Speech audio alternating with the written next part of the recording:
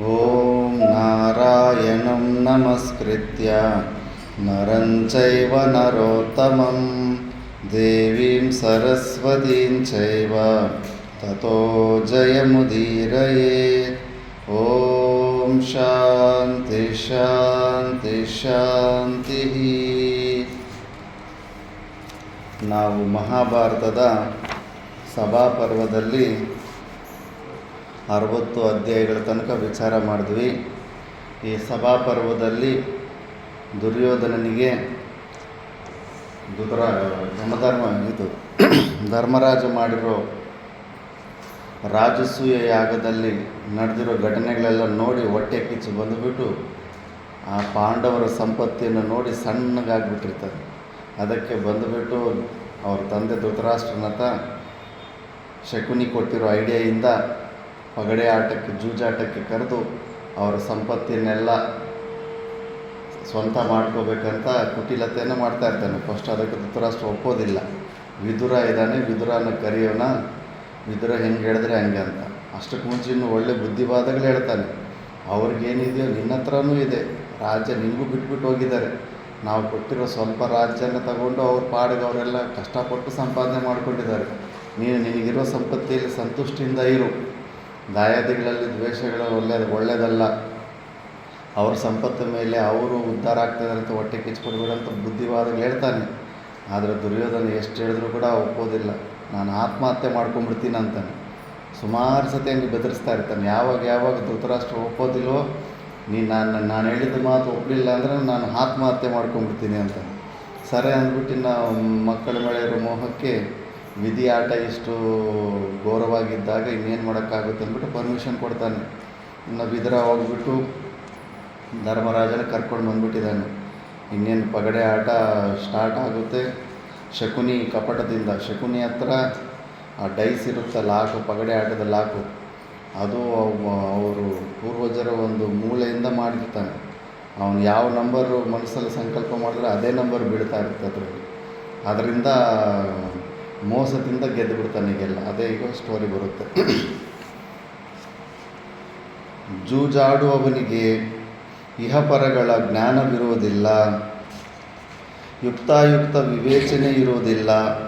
ತಾನೊಮ್ಮೆ ಗೆದ್ದು ಬಿಟ್ಟರೆ ಎಂಬ ಒಂದೇ ಒಂದು ಆಶೆಯನ್ನಿಟ್ಟುಕೊಂಡು ಆಟವನ್ನು ಮುಂದುವರಿಸುತ್ತಲೇ ಇರುತ್ತಾನೆ.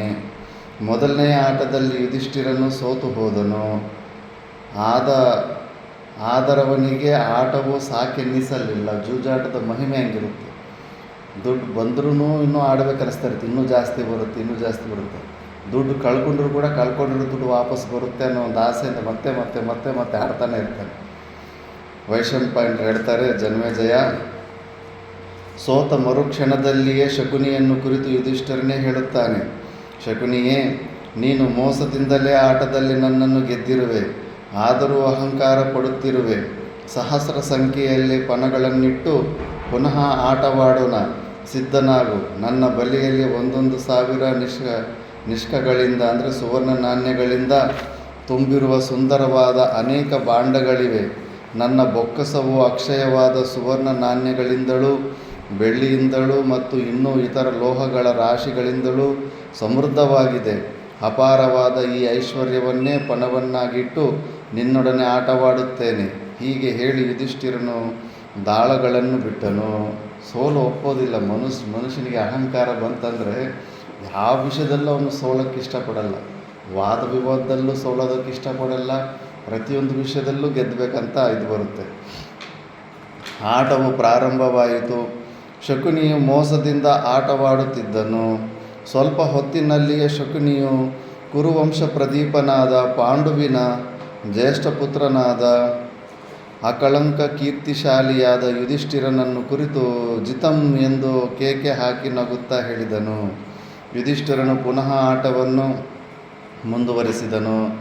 ಪವಿತ್ರವಾದ ಅಜೇಯವಾದ ಸಹಸ್ರ ರಥತುಲ್ಯವಾದ ವ್ಯಾಘ್ರ ಚರ್ಮದಿಂದ ಆಚ್ಛಾದಿತವಾಗಿರುವ ಸುಭದ್ರವಾದ ಚಕ್ರಗಳನ್ನು ಮತ್ತು ಧ್ವಜವನ್ನು ಹೊಂದಿರುವ ಅತಿ ಸುಂದರವಾದ ಸುತ್ತಲೂ ಸಣ್ಣ ಗಂಟೆಗಳಿಂದ ಅಲಂಕೃತವಾಗಿರುವ ಸಮುದ್ರದ ಅಥವಾ ಮೇಘದ ಗರ್ಜನೆಯನ್ನು ಅನುಕರಿಸುವ ನಿನಾದದಿಂದ ಕೂಡಿರುವ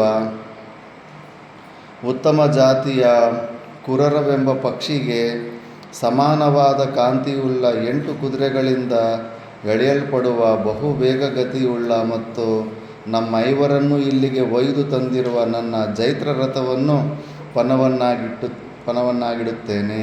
ಈಗೆಲ್ಲ ದುಡ್ಡೆಲ್ಲ ಹೋಯ್ತು, ಇನ್ನು ವೆಹಿಕಲ್ಸ್, ಗಾಡಿಗಳ ಮೇಲೆ ಬೆಟ್ಟಿಂಗು. ಭೂಮಿಯಲ್ಲಿ ಸಂಚರಿಸುವ ಯಾರೇ ಆದರೂ ವೇಗವಾಗಿ ಓಡುತ್ತಿರುವ ಈ ಕುದುರೆಗಳಿಗೆ ಎದುರಾಗಿ ಬಂದರೆ ಕುದುರೆಗಳ ಕಾಲುಗಳಿಗೆ ಸಿಕ್ಕಿ ವಿನಾಶ ಹೊಂದುವರೆ ಹೊರತು ತಪ್ಪಿಸಿಕೊಂಡು ಹೋಗಲಾರರು. ಶಕುನಿಯು ಯುಧಿಷ್ಠಿರನ ಮಾತುಗಳನ್ನು ಕೇಳಿ ಅವನನ್ನು ಪುನಃ ಸೋಲಿಸಲು ನಿಶ್ಚಯಿಸಿ ಕಪಟ ಮಾರ್ಗವನ್ನೇ ಅವಲಂಬಿಸಿ ಯುಧಿಷ್ಠಿರನೊಂದಿಗೆ ಆಟವಾಡಿದನು. ದಾಳಗಳು ಕ್ಷಣಕಾಲ ಉರುಳಾಡಿದವು. ಶಕುನಿಯು ಜಿತಂ ಎಂದು ಗರ್ಜನೆಯೊಡನೆ ಆ ಆಟವು ಮುಗಿಯಿತು. ನನ್ನ ಬಳಿಯಲ್ಲಿ 1,00,000 ದಾಸಿಯರಿರುತ್ತಾರೆ. ಅವರೆಲ್ಲರೂ ಯುವತಿಯರು. ಕಣಕಾಂಗದ ಕೇಯೂರಗಳನ್ನು, ಕತ್ತಿನಲ್ಲಿ ಸ್ವರ್ಣಹಾರಗಳನ್ನು ಧರಿಸಿರುತ್ತಾರೆ. ಸುಮನೋಹರವಾದ ಹಾರಗಳನ್ನು ಧರಿಸಿರುವರಲ್ಲದೆ ಅಮೂಲ್ಯವಾದ ಪೀತಾಂಬರಗಳನ್ನು ಉಟ್ಟಿರುತ್ತಾರೆ. ಚಂದನಾಗುರುಗಳಿಂದ ಲೇಪಿತರಾಗಿರುವ ಅವರ 64 ಕುಶಲ ವಿದ್ಯೆಗಳಲ್ಲಿಯೂ ಪರಿಶ್ರಮ ಪಡೆದವರಾಗಿರುತ್ತಾರೆ. ನೃತ್ಯ ಗೀತ ಕುಶಲೆಯರಾಗಿದ್ದಾರೆ.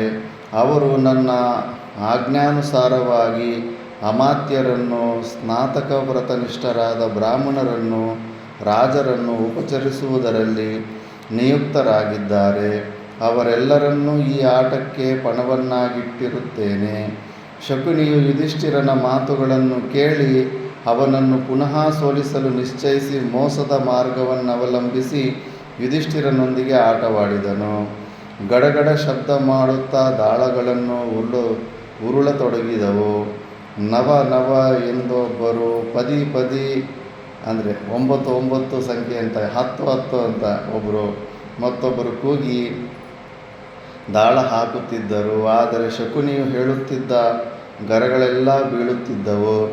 ಯುಧಿಷ್ಠಿರನು ಹೇಳಿದ ಗರಗಳು 1 ಸಂಖ್ಯೆಯನ್ನು ಮಿಂಚಿಸಿ ಬೀಳುತ್ತಿದ್ದವು. ಫಲಿತಾಂಶದಲ್ಲಿ ಪುನಃ ಶಕುನಿಯು ಜಿತಂ ಎಂಬ ಅಟ್ಟಹಾಸಪೂರ್ವಕವಾದ ಗರ್ಜನೆಯು ಕೇಳಿಸಿತು.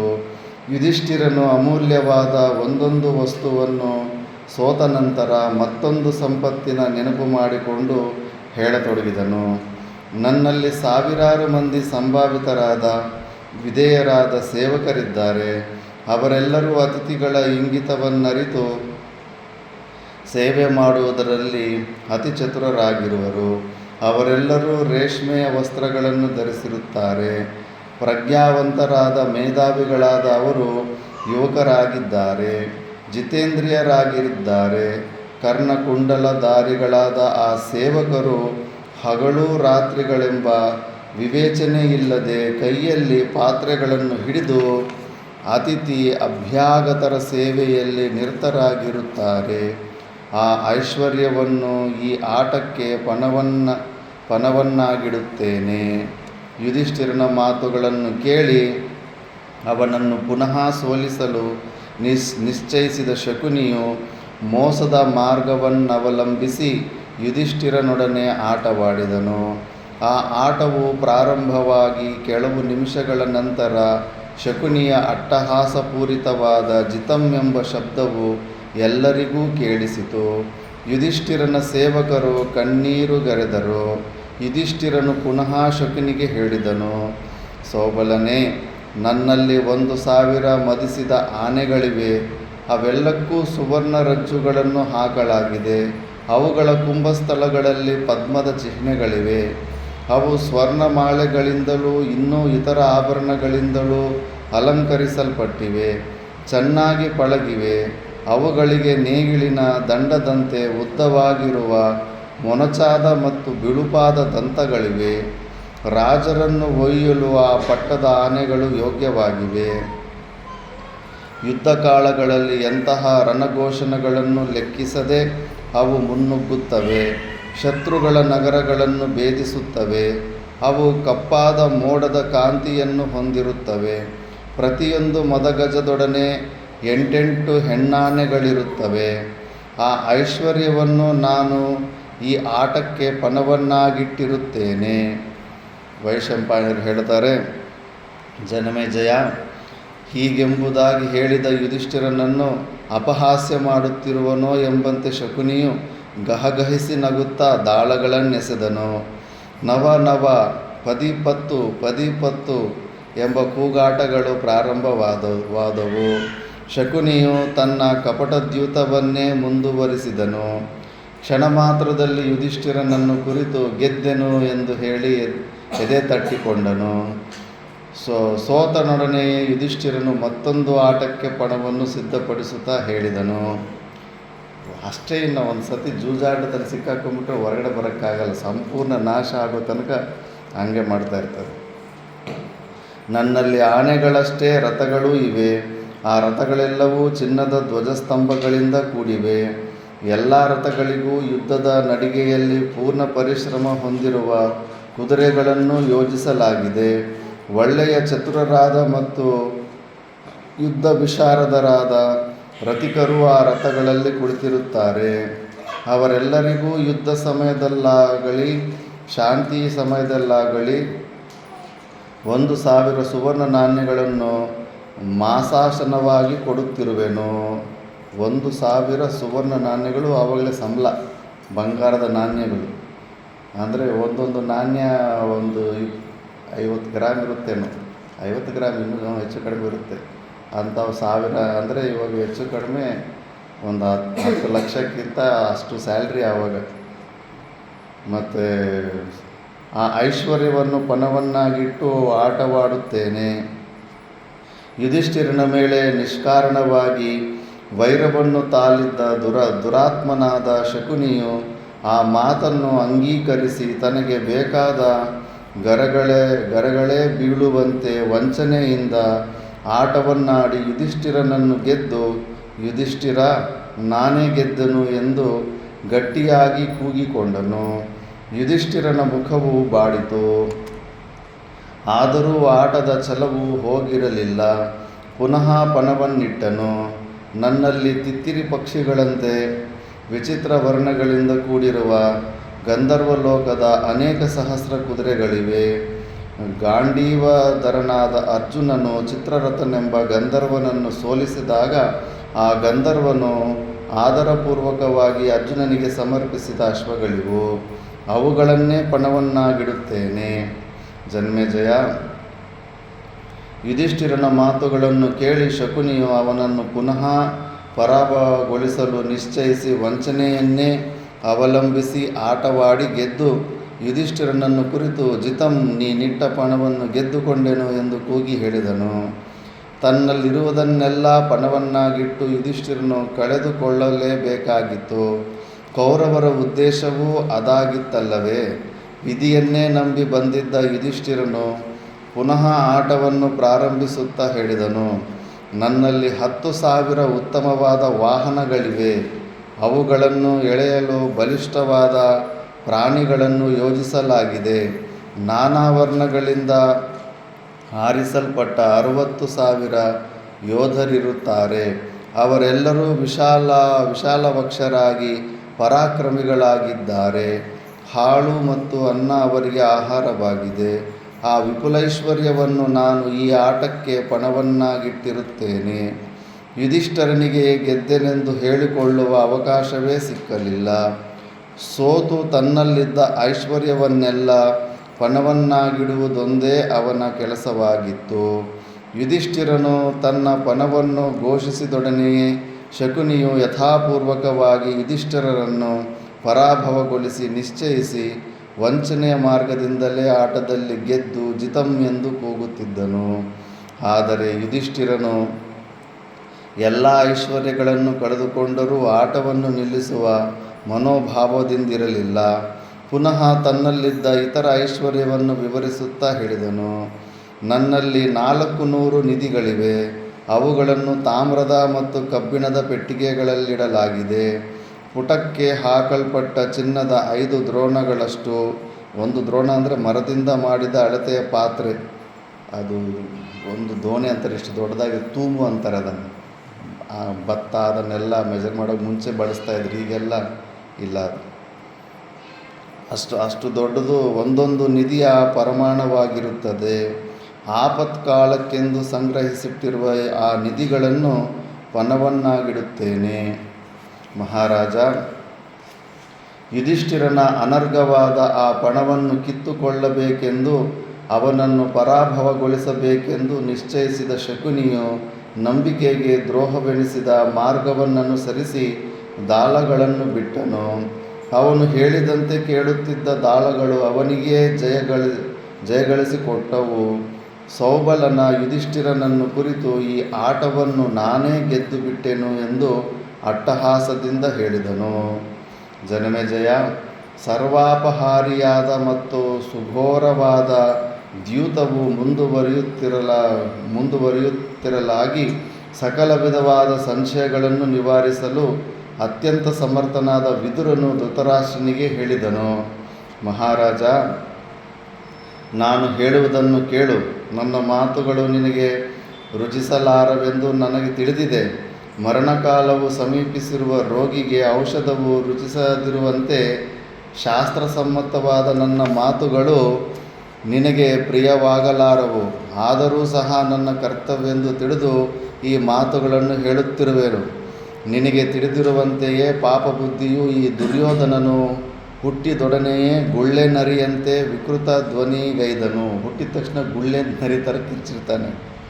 ಧ್ವನಿಶಾಸ್ತ್ರ ಪ್ರವೀಣರು ಇವನು ಕುಲಕ್ಕೆ ಘಾತಕವನ್ನುಂಟು ಮಾಡತಕ್ಕವನೆಂದು ಆಗಲೇ ಹೇಳಿದ್ದರು. ಭರತ ಕುಲ ವಿನಾಶಕ್ಕಾಗಿಯೇ ಇವನು ಹುಟ್ಟಿರುವನೆಂಬುದು ಅಂದೇ ನಮಗೆ ಅರಿವಾಗಿದ್ದಿತು. ಧೃತರಾಷ್ಟ್ರ, ನಿಶ್ಚಯವಾಗಿಯೂ ನಿಮ್ಮೆಲ್ಲರ ಮೃತ್ಯುವಿಗೂ ಇವನೇ ಕಾರಣನಾಗುತ್ತಾನೆ. ನಿನ್ನ ಮನೆಯಲ್ಲಿ ದುರ್ಯೋಧನನ ರೂಪದಲ್ಲಿ ಮೃತ್ಯು ಸ್ವರೂಪವಾದ ನರಿಯು ಸೇರಿಕೊಂಡಿದೆ. ನೀನು ಮೋಹವಶನಾಗಿರುವುದರಿಂದ ಇದನ್ನು ಅಲಕ್ಷಿಸಿರುವೆ. ನಿನ್ನ ಕ್ರಿಯೆಯು ಹೇಗಿರುವುದೆಂಬುದಕ್ಕೆ ಶುಕ್ರನೀತಿಯ ಒಂದು ವಾಕ್ಯವನ್ನು ಹೇಳುವೆನು ಕೇಳು. ಪ್ರಪಾತದ ಅಂಚಿನಲ್ಲಿರುವ ವೃಕ್ಷಾದಿಗಳ ಮೇಲ್ಭಾಗದಲ್ಲಿ ಜೇನುಹುಳುಗಳು ಗೂಡು ಕಟ್ಟಿರುತ್ತವೆ. ಮಧುವನ್ನು ತೆಗೆದುಕೊಳ್ಳಬೇಕೆಂಬ ಆಸೆಯಿಂದ ಮಾನವನು ಮರದ ಮೇಲಕ್ಕೆ ಹತ್ತಲು ಯತ್ನಿಸುತ್ತಾನೆ. ಆದರೆ ಹಾಗೆ ಹತ್ತುವಾಗ ಅವನ ಮನಸ್ಸಿನಲ್ಲಿ ಮಧುವಿನ ಆಶೆಯು ತುಂಬಿರುವುದೇ ಹೊರತು ಕಾಲು ಜಾರಿ ಪ್ರಪಾತಕ್ಕೆ ಬಿದ್ದರೆ ತನ್ನ ಪರಿಣಾಮವೇನಾಗುವುದೆಂಬುದನ್ನು ಅವನು ಲೆಕ್ಕಿಸುವುದಿಲ್ಲ. ಈ ಕಾರಣದಿಂದಾಗಿ ಮಧುವಿನ ಆಶೆಯಿಂದ ಬಹಳ ಅಪಾಯಕರವಾದ ಸ್ಥಳಕ್ಕೆ ಹೋಗಲು ಯತ್ನಿಸಿ ಕಮರಿಯಲ್ಲಿ ಬಿದ್ದು ಸಾಯುತ್ತಾನೆ. ಅಷ್ಟೇ. ಮತ್ತು ಯಾವತ್ತೂ ಏನೋ ಕೆಲಸ ಮಾಡೋಕ್ಕೋದು ಬರೀ ಲಾಭ ಮನಸ್ಸು ತೋರಿಸುತ್ತೆ ಹೊರತು ಅದ್ರ ಹಿಂದ್ಗಡೆ ಇರೋ ಡೇಂಜರನ್ನು ತೋರಿಸೋದಿಲ್ಲ ಮನಸ್ಸು. ಅದಕ್ಕೆ ಹುಷಾರಾಗಿರಬೇಕು. ಒಂದು ಕೆಲಸ ಮಾಡಬೇಕಂದ್ರೆ ಅಡ್ವಾಂಟೇಜಸ್ ಏನು, ಡಿಸ್ಅಡ್ವಾಂಟೇಜಸ್ ಏನು, ಲಾಭ ಏನು, ನಷ್ಟ ಏನು ಅಂತ ಚೆನ್ನಾಗಿ ವಿಚಾರ ಮಾಡಬೇಕು.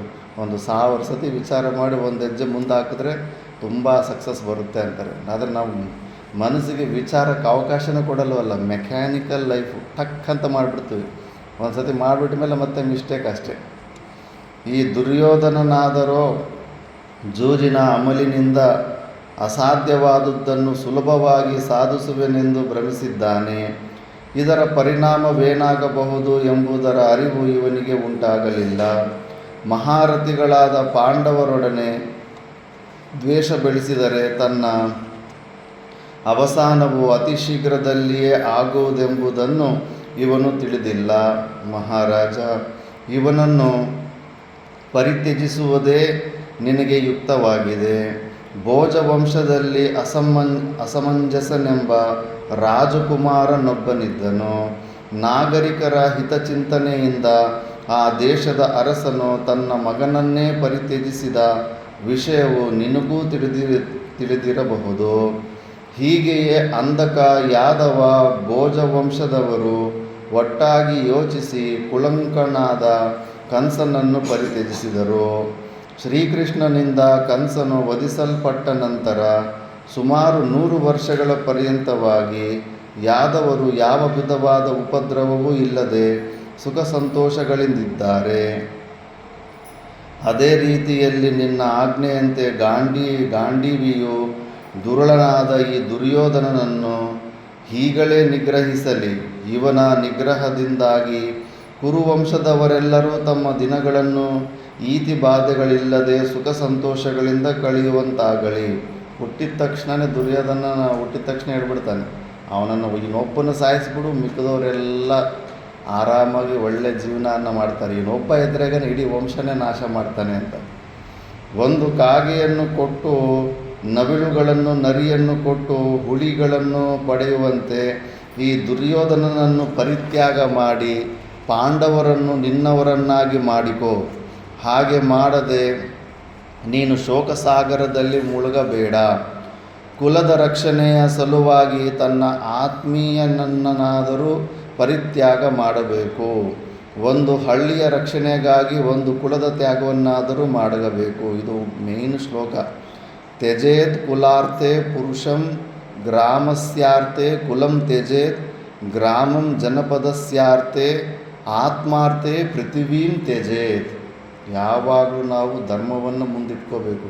ಅಯ್ಯೋ ಅಷ್ಟು ಜನ ಆ ಕಡೆನೇ ಇದ್ದಾರೆ, ಅವ್ರನ್ನೆಲ್ಲ ಎದುರಾಕ್ಕೊಳಕ್ಕಾಗುತ್ತಾ? ಇಲ್ಲ, ಇಡೀ ಪ್ರಪಂಚನೇ ಸುಟ್ಟುಬಿಡಂತ ಹೇಳುತ್ತೆ ಧರ್ಮದ ಸಲುವಾಗಿ. ಅದನ್ನೇ ಕುಲದ ರಕ್ಷಣೆಯ ಸಲುವಾಗಿ ತನ್ನ ಆತ್ಮೀಯನನ್ನಾದರೂ ಪರಿತ್ಯಾಗ ಮಾಡಬೇಕು. ಒಬ್ಬನ ಸಾಯಿಸೋದ್ರಿಂದ ಕುಲ ಸಂರಕ್ಷಣೆ ಆಗುತ್ತಂದರೆ ಅವನೊಬ್ಬನ ಸಾಯಿಸಿಬಿಡ್ಬೇಕಂತ. ಒಂದು ಹಳ್ಳಿಯ ರಕ್ಷಣೆಗಾಗಿ ಒಂದು ಕುಲದ ತ್ಯಾಗವನ್ನಾದರೂ ಮಾಡಬೇಕು. ಯಾವುದೋ ಒಂದು ಕುಲದಿಂದ ಹಳ್ಳಿಗೆ ಜಗಳಗಳು ಮಾಡಿ ತೊಂದರೆ ಬರುತ್ತಿದ್ದರೆ ಆ ಕುಲನ್ನೇ ಸಾಯಿಸ್ಬಿಡ್ಬೇಕಂತಾರೆ, ಬಿಟ್ಬಿಡಬೇಕು ಅಂತ. ಒಂದು ಪ್ರಾಂತದ ರಕ್ಷಣೆಗಾಗಿ ಒಂದು ಹಳ್ಳಿಯನ್ನೇ ಪರಿತ್ಯಾಗ ಮಾಡಬೇಕು. ಯಾವುದಾದ್ರೂ ಪ್ರಾಂತ, ಆದೋನಿ ತಹಸೀಲ್ ಅಂದ್ಕೊಳ್ಳೋಣ, ಆದೋನಿ ತಹಸೀಲ್ ಒಂದು ಊರಿಂದ ಇದಕ್ಕೆ ಕೆಟ್ಟ ಹೆಸರು ಬರ್ತಾಯಿದೆ. ಈಗ ಅಷ್ಟೇ ಅಲ್ಲ, ಕಂಪನಿಗಳು ಬರೋದು ನಿಂತೋಗ್ಬಿಡ್ತವೆ. ಬೆಂಗಳೂರಲ್ಲಿ ಒಂದು 2-3 ಆತಂಕವಾದಿ ಬಾಂಬ್ ಬ್ಲಾಸ್ಟ್ಗಳು ಅವು ಇವು ಆಗಿಬಿಟ್ರೆ ಸಾಫ್ಟ್ವೇರ್ ಕಂಪ್ನಿಗಳು ಬರೋ ಅಲ್ಲೇ ನಿಂತೋಗ್ಬಿಡ್ತವೆ. ಅದಕ್ಕೆ ಯಾರೋ ಕೆಲವು ಜನದಿಂದ ಇಡೀ ಡೆವಲಪ್ಮೆಂಟ್ಗೆ ಅಡ್ಡಿಯಾಗಿದೆ ಅಂದರೆ ಅಂಥವನ್ನೇ ಹೊರಗಡೆ ಹಾಕ್ಬಿಡ್ಬೇಕು, ಇಲ್ಲ ತ್ಯಾಗ ಮಾಡಿಬಿಡ್ಬೇಕು ಅಂತ. ಮತ್ತು ಆತ್ಮೋನ್ನತಿಗಾಗಿ ಪೃಥ್ವಿಯನ್ನೇ ಪರಿತ್ಯಜಿಸಬೇಕು. ನಾವು ಮೋಕ್ಷದ ಸಲುವಾಗಿ, ನಮ್ಮ ಮೋಕ್ಷ ಸಲುವಾಗಿ ಪ್ರಯತ್ನ ಮಾಡ್ತಾ ಇದ್ದಾಗ ಸಂಪೂರ್ಣ ಪೃಥ್ವಿಯನ್ನೇ ತ್ಯಾಗ ಮಾಡಿಬಿಡ್ಬೇಕು, ಬಿಟ್ಬಿಡಬೇಕು ಅಂದ್ಬಿಟ್ಟು. ಮಹಾತ್ಮನಾದ ಎಲ್ಲ ಪ್ರಾಣಿಗಳ ಮನೋವಿಕಾರವೇನೆಂಬುದನ್ನು ಚೆನ್ನಾಗಿ ತಿಳಿದಿರುವ ಸರ್ವಶತ್ರು ಭಯಂಕರನಾದ ಶುಕ್ರನು ಜಂಬಾಸುರನು ಹುಟ್ಟಿದಾಗ ಅವನನ್ನು ಪರಿತ್ಯಾಗ ಮಾಡಬೇಕೆಂದು ಅಸುರರೊಡನೆ ಹೇಳಿದನು. ಕುಲನಾಶಕನೆಂದು ತಿಳಿದ ನಂತರ ಪುತ್ರನೇ ಆದರೂ ಅವನನ್ನು ವಿಸರ್ಜಿಸುವುದು ಹಿಂದಿನಿಂದಲೂ ನಡೆದು ಬಂದಿದೆ.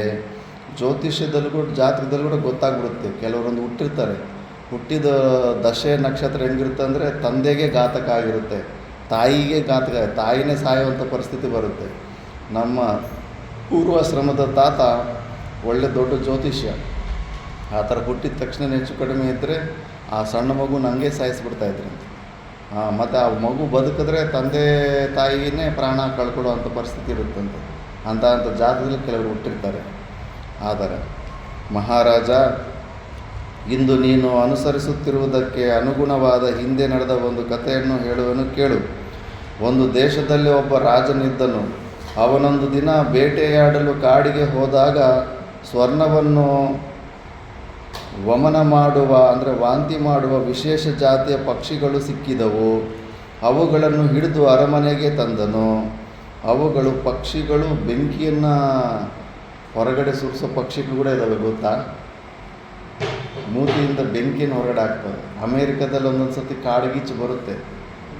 ಅಲ್ಲಿ ಸುಮಾರು ಯಾರು ಎಲ್ಲ ಮ್ಯಾಚ್ ಬಾಕ್ಸ್ ಅವ್ರಿಗೆ ಗೊತ್ತು. ಅಲ್ಲಿ ಕಾಡ್ಗಿಚ್ಚು ಬಂದರೆ ಆ ಫಾಸ್ಟ್ ಗಾಳಿಗೆ ಯಾವ ಫೈರ್ ಇಂಜನ್ನಿಂದನೂ ಅದನ್ನು ಆರಿಸೋದಕ್ಕಾಗೋದಿಲ್ಲ.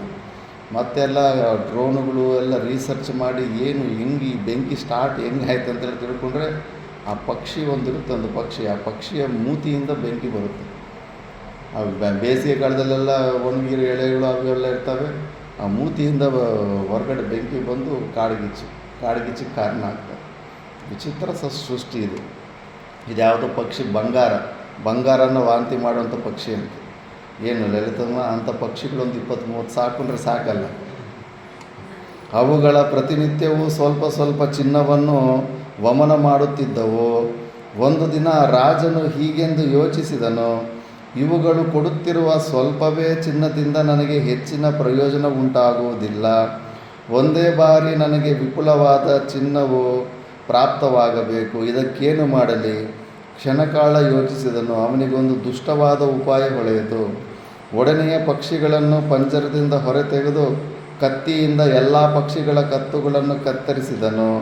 ರಾಜನ ಆಜ್ಞೆಯಂತೆ ಸೇವಕರು ಒಂದು ಸತ್ತು ಹೋದ ಪಕ್ಷಿಗಳನ್ನು ಸೀಳಿದರು. ಅಪಾರವಾದ ಚಿನ್ನವನ್ನು ಪಡೆಯುವ ಅಭಿಲಾಷೆಯಿಂದ ಎವೆ ಇಕ್ಕದೆ ನೋಡುತ್ತಿದ್ದ ರಾಜನು ಪಕ್ಷಿಗಳ ಹೃದಯಗಳಲ್ಲಿ ರಕ್ತ ಮಾಂಸಗಳನ್ನು ಮಾತ್ರವೇ ಕಂಡು ವ್ಯಾಕುಲನಾದನು. ಅಲ್ಪ ಸ್ವಲ್ಪ ಚಿನ್ನವು ಅಂದಿಗಂದಿಗೆ ಸಿಕ್ಕುವುದು ನಿಂತು ಹೋಯಿತು. ಮುಂದೆ ಸಿಕ್ಕುವ ಸಾಧ್ಯತೆಯೂ ಇಲ್ಲವಾಯಿತು. ಇದೇ ರೀತಿಯಲ್ಲಿ ನೀನು ಪಾಂಡವರ ಐಶ್ವರ್ಯಕ್ಕೆ ಆಶೆಪಟ್ಟು ಅವರನ್ನು ವಿನಾಶ ಮಾಡಲು ಉದ್ಯುಕ್ತನಾಗಬೇಡ.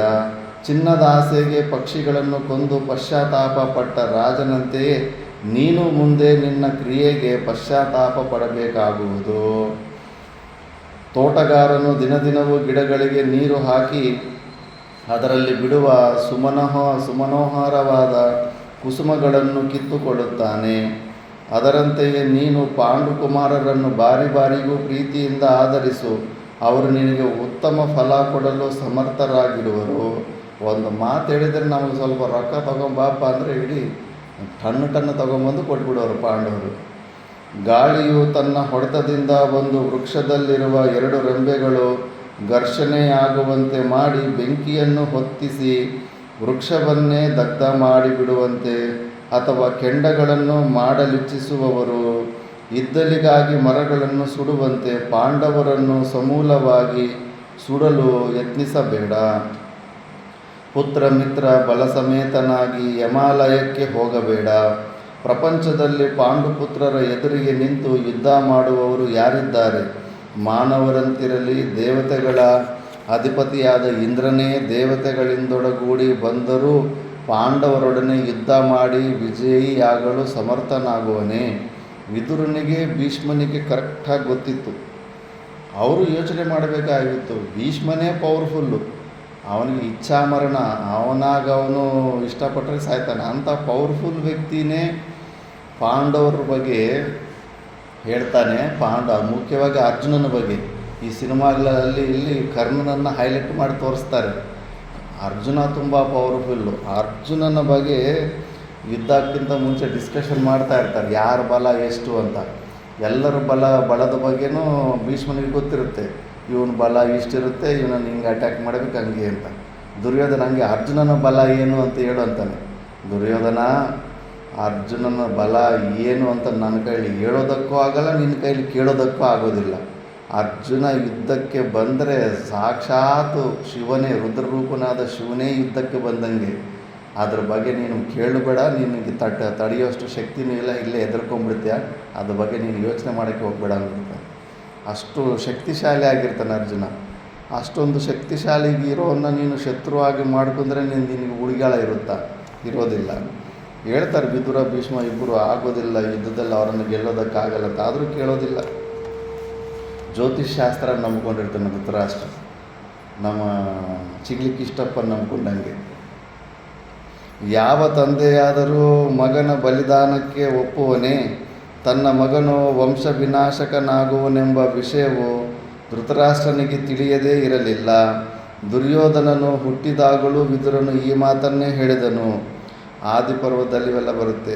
ಈಗ ತನ್ನ ಮಗನು ದ್ಯೂತದಿಂದ ಯುಧಿಷ್ಠಿರನಿಗೆ ಸೇರಿದ್ದ ಸಕಲವನ್ನು ಗೆದ್ದುಕೊಳ್ಳುತ್ತಿರುವಾಗ ಅವನನ್ನು ತ್ಯಾಗ ಮಾಡುವ ಸಾಧ್ಯತೆ ಇರುವುದೇ?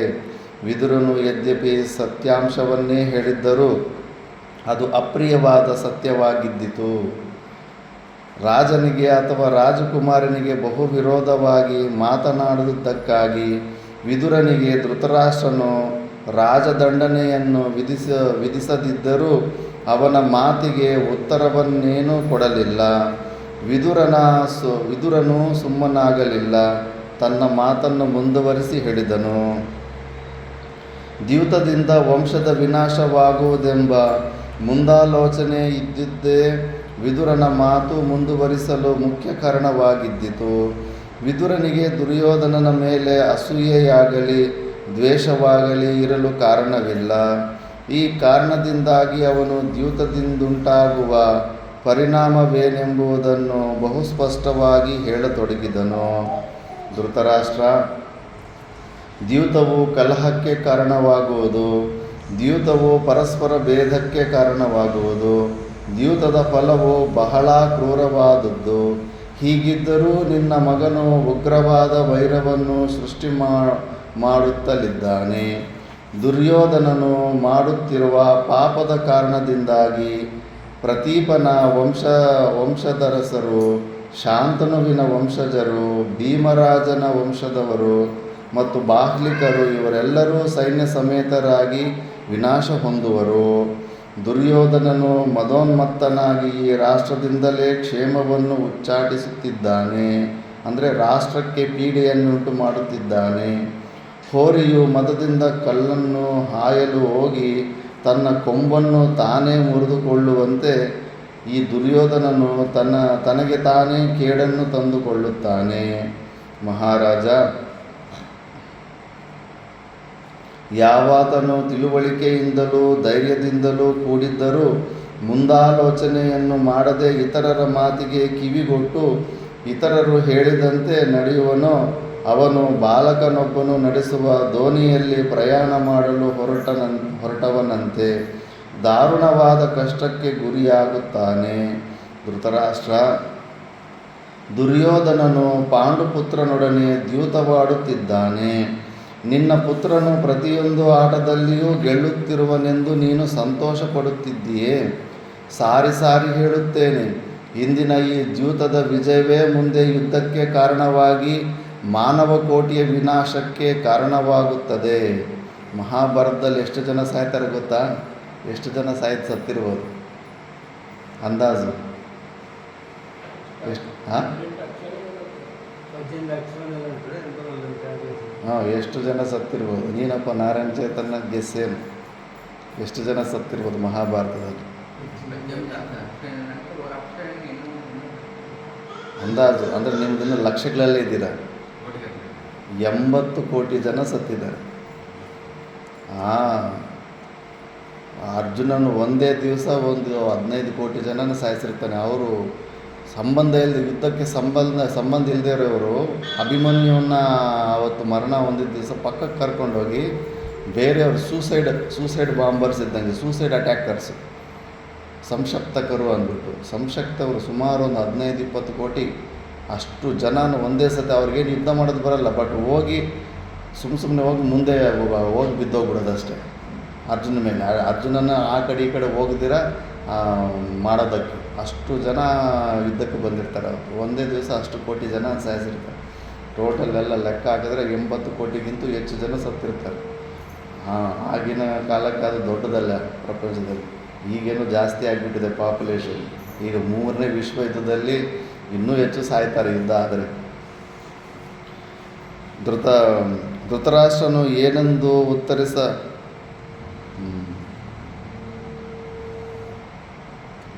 ಈ ಕುತ್ಸಿತ ಸಲಹೆಗೆ ಮನಸ್ಸೋತು ನೀನು ಮುಂದೆ ದಾರುಣವಾದ ಮನೋವೇದನೆಗೆ ಗುರಿಯಾಗಲಿರುವೆ. ನೀನು ಈ ದ್ಯೂತಕ್ಕೆ ಒಪ್ಪುವುದಾದರೆ ಪರಿಣಾಮವೇನೆಂದರೆ ನಿನಗೆ ಅತ್ಯಂತ ನಿಕಟ ಸಂಬಂಧಿಯಾದ ಸುತಪ್ರಾಯನಾದ ಯುಧಿಷ್ಠಿರನೊಡನೆಯೇ ಯುದ್ಧ ಮಾಡಲು ಒಪ್ಪಿದಂತಾಗಿದೆ.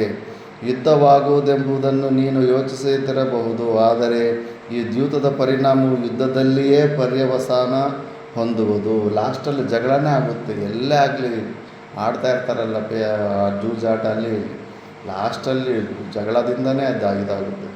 ಧೃತರಾಷ್ಟ್ರನು ಏನೊಂದು ಉತ್ತರಿಸದಿರಲಾಗಿ ಅಲ್ಲಿ ನೆರೆದಿದ್ದ ರಾಜರನ್ನು ಕುರಿತು ವಿದುರನು ಹೇಳುತ್ತಾನೆ.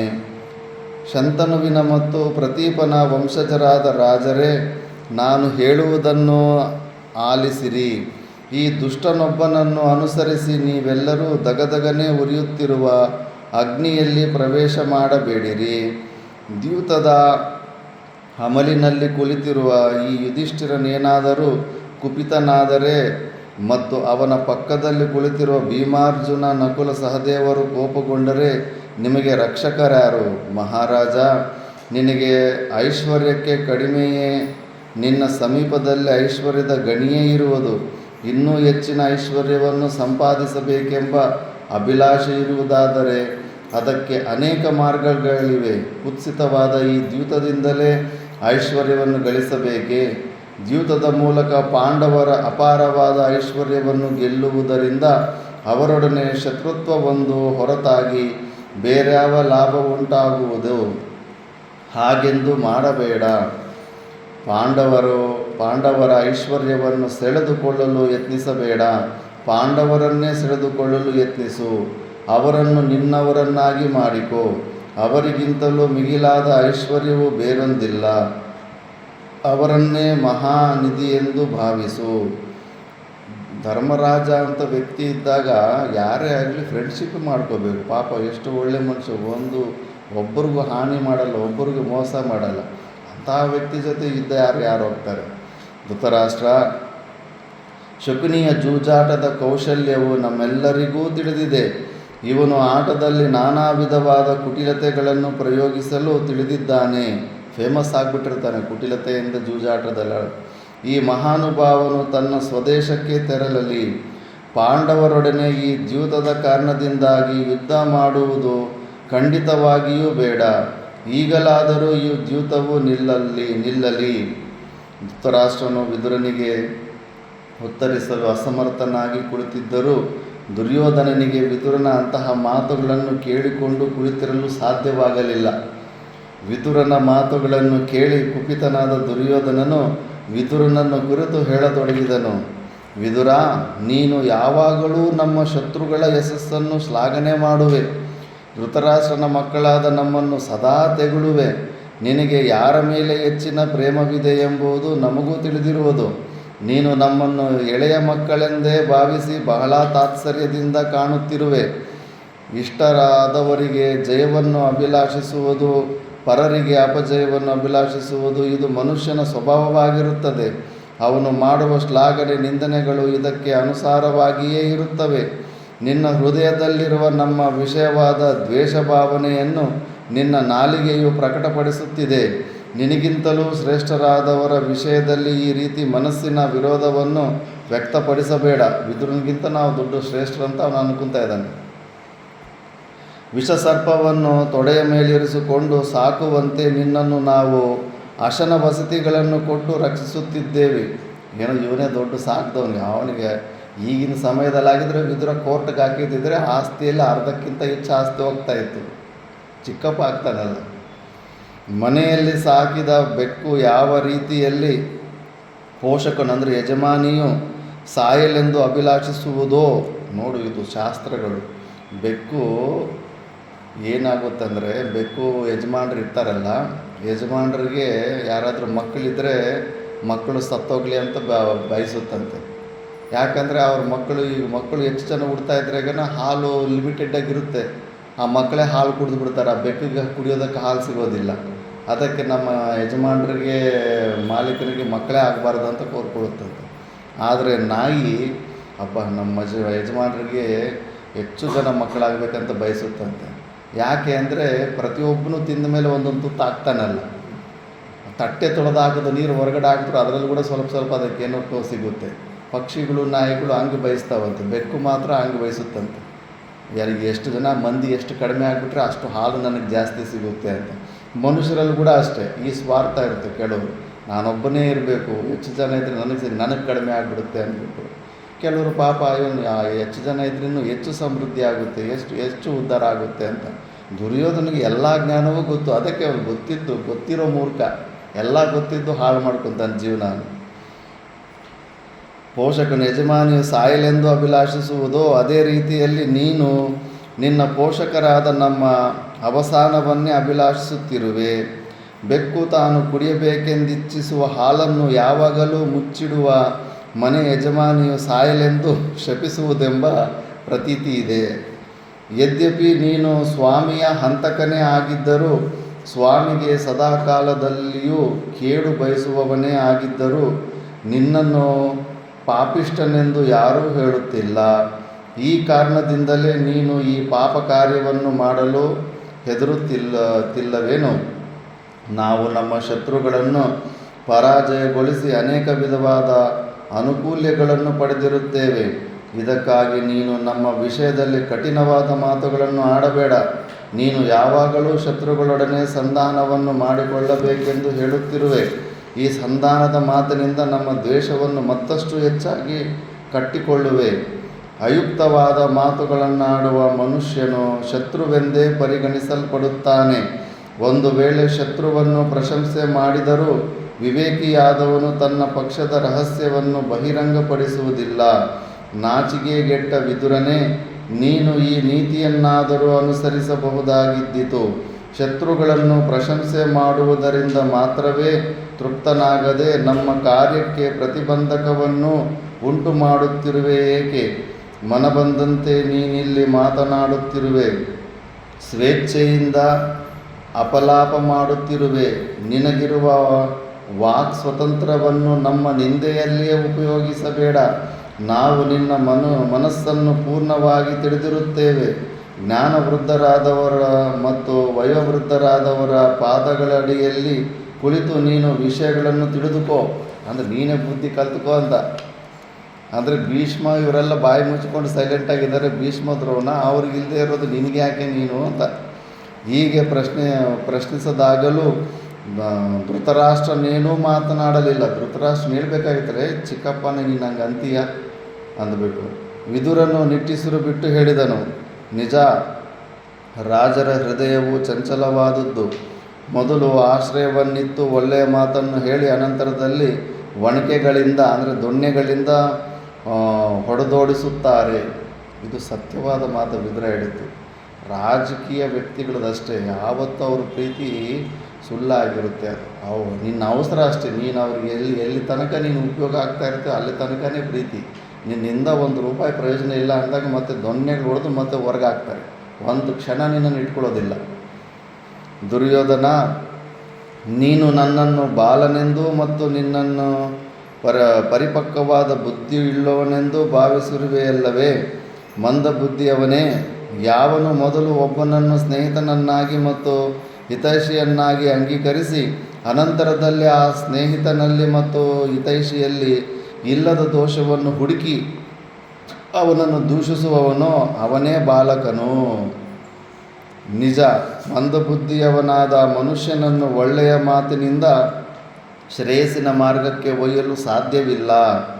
ದುರಾಚಾರಣಿಯಾದ ಪತ್ನಿಯು ಶ್ರೋತ್ರಿಯನ ಅಗ್ನಿಹೋತ್ರಾದಿ ಕಾರ್ಯಗಳಿಗೆ ಹೊಂದಿಕೊಳ್ಳದಂತೆ ಮಂದಬುದ್ಧಿಯ ಶ್ರೇಯಸ್ಸಿನ ಮಾರ್ಗಕ್ಕೆ ಹೊಂದಿಕೊಂಡು ನಡೆಯುವುದಿಲ್ಲ. ಪುಷ್ಯಬ್ದ ಪೂರ್ತಿಯಾದವನು 16 ವರ್ಷ ಪ್ರಾಯದ ನಾರಿಮಣಿಗೆ ಇಷ್ಟನಾಗದಿರುವಂತೆ, ಅಂದರೆ 60 ವರ್ಷ ಆಗಿರೋ ಅಂಥವನ್ನ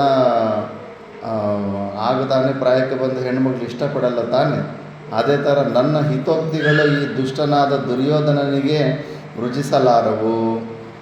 ಮಹಾರಾಜ, ಇನ್ನು ಮುಂದೆ ನೀನು ಕೈಗೊಳ್ಳಲಿರುವ ಒಳ್ಳೆಯ ಮತ್ತು ಕೆಟ್ಟ ಕೆಲಸಗಳಲ್ಲಿ ನಿನಗೆ ಪ್ರಿಯವಾಗುವಂತಹ ಸಲಹೆಗಳನ್ನೇ ಪಡೆಯುವ ಅಭಿಲಾಷೆ ಇರುವುದಾದರೆ ಹೆಂಗಸರನ್ನು, ಜಡರನ್ನು, ಅವಯವಹೀನರನ್ನು ಕೇಳು.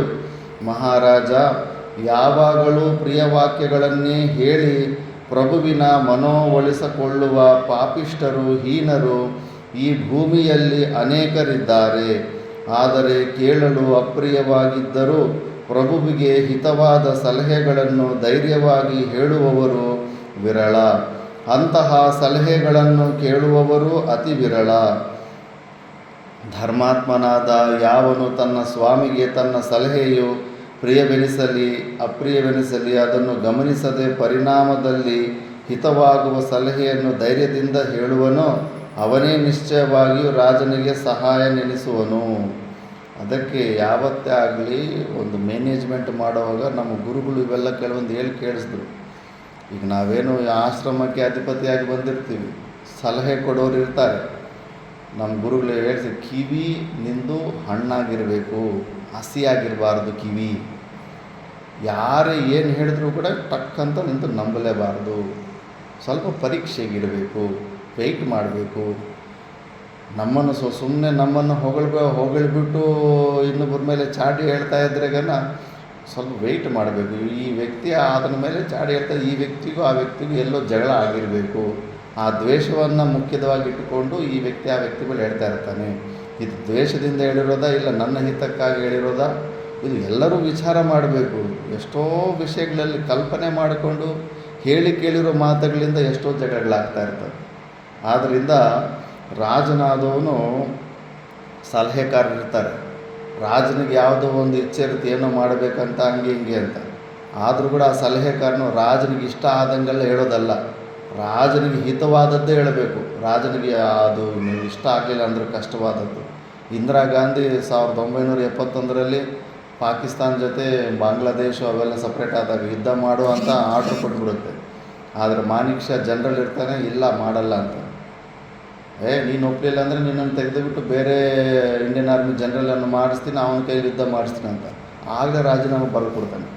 ನೀನು ಇಷ್ಟ ಏನಾದರೂ ಮಾಡಿದ್ರು, ನಾನು ಮಾತ್ರ ಇಂಥ ಫೇಲ್ಯೂರ್ ಕೆಲಸಗಳಿಗೆ ನಾನು ಒಪ್ಪೋದಿಲ್ಲ ಅಂತ. ಯಾಕೆ ಏನು ಅಂದರೆ, ಏನು ನಿನ್ನ ಧೈರ್ಯ ಇಲ್ವೋ, ಹಂಗೆ ಇದೆ. ಧೈರ್ಯದ ಮಾತಲ್ಲ.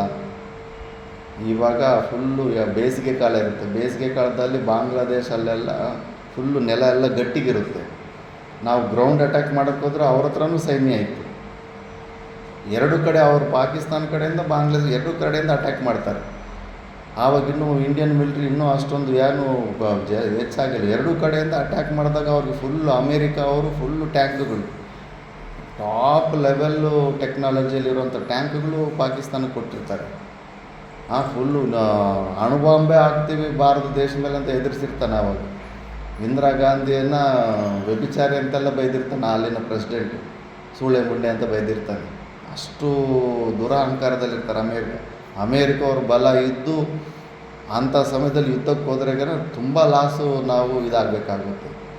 ಅದೇ ವೆಯ್ಟ್ ಮಾಡು, ಮಳೆಗಾಲ ಬರೋ ತನಕ ವೆಯ್ಟ್ ಮಾಡಬೇಕಂತ.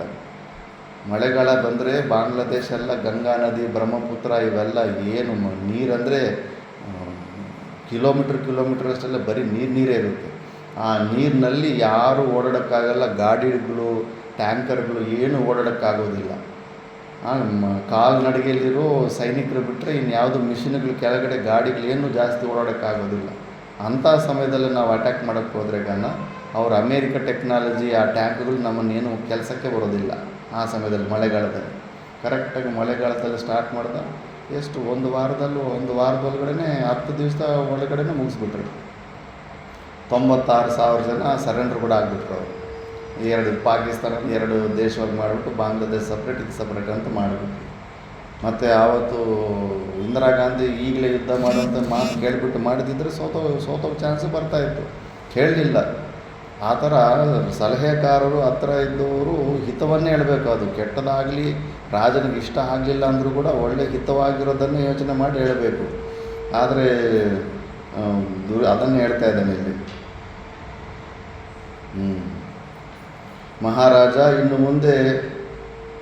ಇನ್ನು ಮುಂದೆ ನೀನು ಕೈಗೊಳ್ಳಲಿರೋ ಒಳ್ಳೆಯ ಮತ್ತು ಕೆಟ್ಟ ಕೆಲಸಗಳಲ್ಲಿ ನಿನ್ನ ಪ್ರಿಯವಾಗುವಂತಹ ಸಲಹೆಗಳನ್ನೇ ಪಡೆಯುವ ಅಭಿಲಾಷೆ ಇರುವುದಾದರೆ ಹೆಂಗಸರನ್ನು, ಜಡರನ್ನು, ಅವಯವಹೀನರನ್ನು ಕೇಳು ಅಂತ. ನಪುಂಸಕರು ಅವ್ರ ಮಾತು ಕೇಳು, ನನ್ನ ಮಾತು ನೀನು ಕೇಳಬೇಡ ಅಂತ. ಮಹಾರಾಜ, ಯಾವಾಗಲೂ ಪ್ರಿಯ ವಾಕ್ಯಗಳನ್ನೇ ಹೇಳಿ ಪ್ರಭುವಿನ ಮನವೊಲಿಸಿಕೊಳ್ಳುವ ಪಾಪಿಷ್ಠರು, ಅಂದರೆ ಇವು ಚಮಚಾಗಿರಿಗಳು, ಸುಮ್ಮನೆ ಹೊಗಳ್ತಾ ಇರ್ತಾರೆ. ಹೊಗಳ್ಬಿಟ್ಟು ಅವ್ರ ಕೆಲಸ ಮಾಡ್ಕೊತಾರೆ ಅಷ್ಟೇ. ಹೀನರು ಈ ಭೂಮಿಯಲ್ಲಿ ಅನೇಕರಿದ್ದಾರೆ, ಆದರೆ ಕೇಳಲು ಅಪ್ರಿಯವಾಗಿದ್ದರೂ ಪ್ರಭುವಿಗೆ ಹಿತವಾದ ಸಲಹೆಗಳನ್ನು ಧೈರ್ಯವಾಗಿ ಹೇಳುವವರು ವಿರಳ. ಅಂತಹ ಸಲಹೆಗಳನ್ನು ಕೇಳುವವರೂ ಅತಿ ವಿರಳ. ಧರ್ಮಾತ್ಮನಾದ ಯಾವನು ತನ್ನ ಸ್ವಾಮಿಗೆ ತನ್ನ ಸಲಹೆಯು ಪ್ರಿಯವೆನಿಸಲಿ ಅಪ್ರಿಯವೆನಿಸಲಿ ಅದನ್ನು ಗಮನಿಸದೆ ಪರಿಣಾಮದಲ್ಲಿ ಹಿತವಾಗುವ ಸಲಹೆಯನ್ನು ಧೈರ್ಯದಿಂದ ಹೇಳುವನೋ ಅವನೇ ನಿಶ್ಚಯವಾಗಿಯೂ ರಾಜನಿಗೆ ಸಹಾಯ ನೆನೆಸುವವನು, ಅಂದರೆ ಸ್ನೇಹಿತ ನೆನೆಸುವನು. ಮಂತರೆ ಕೈಕೆಗೆ ಹೇಳ್ತಾಳೆ, ರಾಮನಿಗೆ ಪಟ್ಟಾಭಿಷೇಕ ಆದರೆ ನಿನ್ನ ಮಗನಿಗೆ ಏನು ಬರುತ್ತೆ? ಅದಕ್ಕೆ ಕೇಳೋದಕ್ಕೆ ನನ್ನ ಒಳ್ಳೆಯದಕ್ಕೆ ಏನೋ ಹೇಳ್ತಾವಳಪ್ಪ ಅನ್ನೋ ಥರ ಇರುತ್ತೆ. ಪ್ರಿಯವಾಕ್ಯಗಳಷ್ಟೇ, ಅದರಿಂದ ಹಿತ ಏನಾಗಲಿಲ್ಲ. ವಿಧವೆ ಆಗಿಬಿಟ್ಲು.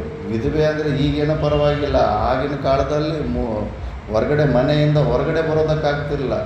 ನೋಡಿದ್ರೆ ತೂಚಿ ಅಂತಿದ್ರು. ಇವತ್ತು ಎದ್ದು ಈಕೆ ಮುಖ ನೋಡ್ದಲ್ಲಪ್ಪ ಅಂತ. ಆ ಥರ ಇತ್ತು ಪರಿಸ್ಥಿತಿಗಳು. ಮತ್ತು ಅಂಥ ಸ್ಥಿತಿಗೆ ಹೊರಟೋಗ್ಬಿಟ್ಟಿರ್ತಾಳೆ. ರಾಮನ ವನವಾಸ ಆಯಿತು, ಪ್ರಪಂಚದಲ್ಲೆಲ್ಲ ಕೆಟ್ಟ ಹೆಸರು ಬಂದುಬಿಡ್ತು. ಸ್ವಂತ ಮಗ ಬರ್ತಾನೆ ತಾಯಿಯನ್ನು ಕೊಲ್ಲೋದಕ್ಕೆ ಕತ್ತಿ ತಗೊಂಡು ಹೋಗ್ತಾನೆ, ಎಂಥ ಪಾಪಿಷ್ಟಿ ನೀನು ಅಂತ. ಆ ಮಗನ ಸಲುವಾಗಿ ಇಷ್ಟೆಲ್ಲ ಮಾಡಿದ್ರೆ ಮಗನೇ ಸಾಯಿಸೋದಕ್ಕೆ ಬರ್ತಾನೆ. ಇನ್ನು ಆತ ಎಲ್ಲ ಪ್ರಿಯವಾಕ್ಯಗಳು ಕೇಳಿ ಜೀವನ ಹಾಳು ಮಾಡಿಕೊಂಡು ವಿಭೀಷಣ ರಾವಣನಿಗೆ ಹಿತವಾಕ್ಯಗಳು ಹೇಳ್ತಾನೆ. ಬೇಡ, ರಾಮನ ಬಗ್ಗೆ ನೀನು ತುಂಬ ಕಡಿಮೆ ಯೋಚನೆ ಆಗ್ತಿದೆಯಾ, ನೀನು ವರಗಳ ಬಗ್ಗೆನೂ ನೀನು ಸ್ವಲ್ಪ ಯೋಚನೆ ಮಾಡು. ನೀನು ಅವರಿಂದ ಇವರಿಂದ ಯಾರನ್ನು ಮರಣ ಇಲ್ಲಬಾರ್ದು ಅಂತ ಕೇಳಿದ್ಯಾ ಅಂದರೆ ಸಂಪೂರ್ಣವಾಗಿ ಮೃತ್ಯುನೇ ಇಲ್ದಿರ ಅನ್ನೋ ವರ ಕೇಳಿದ್ರೆ ಕೊಡೋದಿಲ್ಲ ಬ್ರಹ್ಮ. ಈ ಥರ ಸಾಧ್ಯವೇ ಇಲ್ಲ, ಯಾವುದೋ ಒಂದು ಬೇರೆ ಟೆಕ್ನಿಕ್ಕಿಂದ ಇಂಥವರಿಂದ ನನಗೆ ಸಾವು ಬರಬಾರ್ದು ಅಂತ ಕೇಳ್ಕೊಂಡು ಸರಿ ಬಿಡು ಅಂತ ಮಾನವರು ವಾನರು ಇವರಿಬ್ಬರು ನನ್ನ ಬಲಹೀನರಲ್ಲ, ಮನುಷ್ಯರು ವಾನರು ಅವ್ರ ಹತ್ರ ಏನು ಸಿಗ್ತಿರುತ್ತೆ, ಅವರಿಂದ ನನಗೇನು ಸಾವು ಬರೋದಿಲ್ಲ ಬಿಡು ಅಂದ್ಬಿಟ್ಟು ಮಿಕ್ಕಿದವರೆಲ್ಲರಿಂದನೂ ನನಗೆ ಸಾವು ಬರಬಾರ್ದು ಅಂತ ಕೇಳಿರ್ತಾನೆ. ಆದರೆ ಈಗ ಆ ಮಾನವನನ್ನೇ ನೀನು ಎದುರಾಗ್ಕೊತಾ ಇದೆ. ರಾಮನ ಬಲ ಎಷ್ಟು ಅಂದರೆ ಅವರು ಸೈನಿಕರು ಇವ್ರಿಗೂ ಒಂದೊಂದು ಬಾಣ ಮುಂಚೆನೇ ಬಿಟ್ಟಿರ್ತಾನೆ ವನವಾಸದಲ್ಲಿ. ಆ ವಧೆ ತಿಂದವ್ರಿಗೆ ಈಗಲೂ ಹುಚ್ಚಿರ್ತಾರೆ ಆಗಿಬಿಟ್ಟಿದ್ದಾರೆ, ಅಷ್ಟು ಪವರ್ಫುಲ್ ಇದ್ದಾನೆ. ನಿನ್ನನ್ನು ಕಂಕಳಲ್ಲಿ ಇಟ್ಕೊಂಡು ವಾಲಿ ಭೂಮಿ ಪ್ರದಕ್ಷಿಣೆ ಮಾಡಿರ್ತಾನೆ. ವಾಲಿ ಅಷ್ಟು ಪವರ್ಫುಲ್ ಆಗಿರ್ತಾರೆ. ರಾವಣಾಸುರನ ಕಂಕಳಲ್ಲಿ ಇಟ್ಕೊಂಡು ಒಂದು ರೌಂಡ್ ಹಾಕೊಂಡು ಬಂದಿರ್ತಾನೆ. ಅಂಥ ಬಲಶಾಲಿಯಾದ ವಾಲಿಯನ್ನೇ ಕೊಂದಿದ್ದಾನೆ ರಾಮ. ಅಂಥ ರಾಮ ಈಗ ದಂಡಯಾತ್ರೆಗೆ ಬರ್ತಾ ಇದ್ದಾನೆ. ಅಂಥವನ್ನ ನೀನು ಎದುರಾಕ್ಕೊಂಡಿದ್ದೀಯ. ಸೀತಾದೇವಿ ಸಾಕ್ಷಾತ್ ಜಗನ್ಮಾತೆ, ಆಕೆನ ಇಟ್ಕೊಂಡಿದೀಯ. ಲಂಕಾ ನಾಶನ ಆಗುತ್ತೆ, ಬಿಟ್ಟು ಹೋಗ್ಬೇಕು. ಸಾರಿ ಹೇಳಿಬಿಟ್ಟು ರಾಮ ತುಂಬ ಒಳ್ಳೆಯವನು, ನೀನು ಪಶ್ಚಾತ್ತಾಪ ಪಟ್ಟರೆ ತಪ್ಪಾಯ್ತಂತ ಏನು ಮಾಡೋದಿಲ್ಲ, ಒಪ್ಪಿಸ್ಬಿಡು ಅಲ್ಲಿ ಹೋಗ್ಬಿಟ್ಟು ಅಂತ ಹೇಳ್ತಾನೆ. ನನಗೆ ಹಂಗೆ ಹೇಳ್ತೆ ಹಿಂಗೆ ಹೇಳ್ತೆ ಅಂತ ವಿಭೀಷಣನ ಒದ್ದು ಓಡಿಸ್ಬಿಡ್ತಾನೆ. ರಾವಣಾಸುರನ ಮಗ ಮೇಘನಾಥ ಇವರೆಲ್ಲ. ಕುಂಭಕರ್ಣ ಎದ್ದೇಳ್ತಾನೆ. ಕುಂಭಕರ್ಣನೂ ಬೈತಾನೆ, ನಿನಗೇನು ಬುದ್ಧಿ ಇದೆಯಾ, ಜಗದಂಬನ ಎತ್ಕೊಂಬಂದ್ಬಿಟ್ಟಿದೆಯಲ್ಲೋ, ನಿನಗೇನು ಜ್ಞಾನಿ ಇದೆ, ನಿನಗೆ ಧ್ಯಾನ ಜಪ ಏನು ಮಾಡೋದಿಲ್ವ, ತ್ರಿಕಾಲ ಜ್ಞಾನ ಇಲ್ಲವ ನಿನಗೆ, ಯಾರು ಅಂತ ಜಗದಂಬನ್ನೇ ಎತ್ಕೊಂಬಂದ್ಬಿಟ್ಟಿದೆ, ನೀನು ಉಳಿಗಾಳೆ ಇರುತ್ತೆ ಹಂಗೆ ಅಂತಾನೆ. ಮತ್ತು ಅವನನ್ನು ಬೈಯೋಷ್ಟು ಸರಿ ಬಿಡು, ನಾನು ನನ್ನ ತಮ್ಮನ ಧರ್ಮ ನಾನು ಮಾಡ್ತೀನಿ, ಎಲ್ಲೋದಂತೂ ಡೌಟೇ ಇದೆ, ಆದರೆ ನನ್ನ ಧರ್ಮ ನಾನು ಮಾಡ್ತೀನಿ ಅಂದ್ಬಿಟ್ಟು ಅವನು ಯುದ್ಧ ಮಾಡ್ತಾನೆ. ಆ ಥರ ಹಿತವಾಕ್ಯಗಳು ಕೇಳಲಿಲ್ಲ ಅಂದರೆ ಹಾಳಾಗ್ಬಿಡ್ತಾರೆ, ಪ್ರಿಯವಾಕ್ಯಗಳು ಕೇಳಿದ್ರೆ ಹಾಳಾಗ್ಬಿಡ್ತಾರೆ. ಅದನ್ನು ಹೇಳ್ತಾ ಇದ್ದಾರೆ ಮಹಾರಾಜ. ಯಾವಾಗಲೂ ಪ್ರಿಯವಾಕ್ಯಗಳನ್ನೇ ಹೇಳಿ ಪ್ರಭುವಿನ ಮನವೊಲಿಸಿಕೊಳ್ಳುವ ಪಾಪಿಷ್ಠರು ಈ ಭೂಮಿಯಲ್ಲಿ ಅನೇಕರಿದ್ದಾರೆ, ಚಮಚಾಗಿರಿಗಳು. ಆದರೆ ಕೇಳಲು ಅಪ್ರಿಯವಾಗಿದ್ದರೂ ಪ್ರಭುವಿಗೆ ಹಿತವಾದ ಸಲಹೆಗಳನ್ನು ಧೈರ್ಯವಾಗಿ ಹೇಳುವವರು ವಿರಳ. ಅಂತಹ ಸಲಹೆಗಳನ್ನು ಕೇಳುವವರು ಅತಿ ವಿರಳ. ಧರ್ಮಾತ್ಮನಾದ ಯಾವನು ತನ್ನ ಸ್ವಾಮಿಗೆ ತನ್ನ ಸಲಹೆಯು ಪ್ರಿಯವೆನಿಸಲಿ ಅಪ್ರಿಯವೆನಿಸಲಿ ಅದನ್ನು ಗಮನಿಸದೆ ಪರಿಣಾಮದಲ್ಲಿ ಹಿತವಾಗುವ ಸಲಹೆಯನ್ನು ಧೈರ್ಯದಿಂದ ಹೇಳುವನೋ ಅವನೇ ನಿಶ್ಚಯವಾಗಿಯೂ ರಾಜನಿಗೆ ಸಹಾಯ ನೆನೆಸುವನು, ಸ್ನೇಹಿತನೆನಿಸುವನು. ಯಾವ ವಿಧವಾದ ರೋಗದಿಂದಲೂ ಹುಟ್ಟದಿರುವುದು, ರೋಗದ ಸಂಬಂಧವಿಲ್ಲದುದು, ಕಹಿಯಾದ ವಾತಾವರಣದಿಂದಲೇ ಉತ್ಪನ್ನವಾದದ್ದು, ಬಹುತೀಕ್ಷ್ಣವಾದದ್ದು ಮತ್ತು ಹೆಚ್ಚು ಬಿಸಿಯಾದದ್ದು, ಯಶಸ್ಸನ್ನು ಅಪಹರಿಸತಕ್ಕದ್ದು, ಬಹಳ ಕಠೋರವಾದದ್ದು, ದುರ್ಗಂಧಯುಕ್ತವಾದದ್ದು, ಸತ್ಪುರುಷರಿಂದ ಮಾತ್ರವೇ ನುಂಗಿಕೊಳ್ಳಲು ಸಾಧ್ಯವಾದದ್ದು, ದುಷ್ಟಾತ್ಮರು ಖಂಡಿತವಾಗಿಯೂ ಕುಡಿಯಲು ಸಾಧ್ಯವಾದದ್ದು ಆದ ಇಂತಹ ಕೋಪವನ್ನು ನುಂಗಿಬಿಡು. ಕೋಪದ ಬಗ್ಗೆ ಎಷ್ಟು ಹೇಳಿದನು. ತುಂಬ ಕೆಟ್ಟದ್ದು ಕೋಪ. ಯಾವುದೇ ಕಾರಣಕ್ಕೂ ಕೋಪ ತರಿಸ್ಕೋಬಾರ್ದು. ಕೋಪದ ಹಿಂದುಗಡೆ ಇಚ್ಛೆ ಇರುತ್ತೆ. ಅದು ಕೋಪ ಬಂದ ಮೇಲೆ ಬ್ರೇಕ್ ಫೇಲ್ಯೂರ್ ಆಗಿರೋ ಗಾಡಿ ಡೌನ್ಗೆ ಹೋದಂಗೆ. ಮತ್ತೆ ಏನಾದರೂ ಆ್ಯಕ್ಷನ್ ಮಾಡಿದ್ರೆ 100% ಪಾಪದ ಕೆಲಸನೇ ಮಾಡ್ತೀವಿ. ಅಷ್ಟೇ ಅಲ್ಲ, ಕೋಪ ಬಂದಾಗ ಮನಸ್ಸಿಂದ ಯಾರನ್ನೊಬ್ಬನ ಬೈಕೊತಾ ಇರ್ತೀವಿ, ಇಲ್ಲ ಮಾತಾಡಿದ್ರೆ ಚುಚ್ಚೋ ಮಾತಾಡಿ ಅವನಿಗೆ ನೋವು ಕೊಡ್ತೀವಿ, ಇಲ್ಲ ಹೊಡೆಯೋದೋ ಬಡಿಯೋದೋ ಮಾಡಿಬಿಡ್ತೀವಿ. ಕೋಪ ಬಂದ ಮೇಲೆ ಮಾಡೋದು ಈ ಕೆಲಸಗಳು 3ರಿಂದ ಅಟ್ಯಾಕ್ ಮಾಡ್ತೀವಿ ಯಾರನ್ನೋ ಒಬ್ಬರನ್ನ. ಮತ್ತು ಅದರಿಂದ ಪಾಪಕರ್ಮ ಕ್ರಿಯೇಟ್ ಆಗಿಬಿಡುತ್ತೆ. ಮತ್ತು ಅವನು ಸಮಯ ಬಂದಾಗ ಇನ್ನೊಂದು ಜನದಲ್ಲಿ ವಾಪಸ್ ಕೊಡ್ತಾನೆ. ಆ ಥರ ಅಂಥ ಕೋಪವನ್ನು ನುಂಗಿಬಿಡು ಮಹಾರಾಜ, ಶಾಂತನಾಗು. ಇದು ಈ ಶ್ಲೋಕದ ಸ್ವಾಭಾವಿಕವಾದ ಅರ್ಥ. ಇಲ್ಲಿ ವ್ಯಾಖ್ಯಾನಕಾರರು ಸಂದರ್ಭಾನುಸಾರವಾಗಿ ವ್ಯಾಖ್ಯಾನ ಮಾಡಿರುತ್ತಾರೆ. ಅವ್ಯಾಧಿಜಂ ಅಂದರೆ ಅವ್ಯಾಧಿಯೇ ಜಾಯತೆ ತದವ್ಯಾಧಿಜಂ. ರೋಗರಾಹಿತ್ಯಕ್ಕಾಗಿಯೇ ಸೃಷ್ಟಿಯಾದದ್ದು ಔಷಧಿ. ಅದು ಕಟುಜಂ ಅಂದರೆ ಕಟು ದ್ರವ್ಯಜಂ, ಕಹಿಯಾದ ಪದಾರ್ಥಗಳಿಂದ ಮಾಡಲ್ಪಟ್ಟಿದ್ದು. ಮತ್ತು ತೀಕ್ಷ್ಣಂ ವೇದನಾಕರಂ, ಕುಡಿದೊಡನೆಯೇ ವೇದನೆಯನ್ನುಂಟು ಮಾಡತಕ್ಕದ್ದು. ಮೆಡಿಸಿನ್ಗಳು ಕೆಲವೊಂದು ಹಂಗಿರ್ತವೆ. ಉಷ್ಣಂ ಅಂದರೆ ಹೀಟು, ರೋಗನಾಶಕವಾದದ್ದು. ಜಾಡ್ಯನಾಶಕಂ. ಯಶೋಮುಷಂ ಕಾಮೋದ್ದೀಪನೇನ ಅಂದರೆ ಕಾಮವನ್ನು ಉದ್ದೀಪನ ಮಾಡುವುದರಿಂದ ಯಶಸ್ಸನ್ನು ಅಪಹರಿಸತಕ್ಕದ್ದು. ಕಾಮವು ಅದರ ಇಚ್ಛೆ.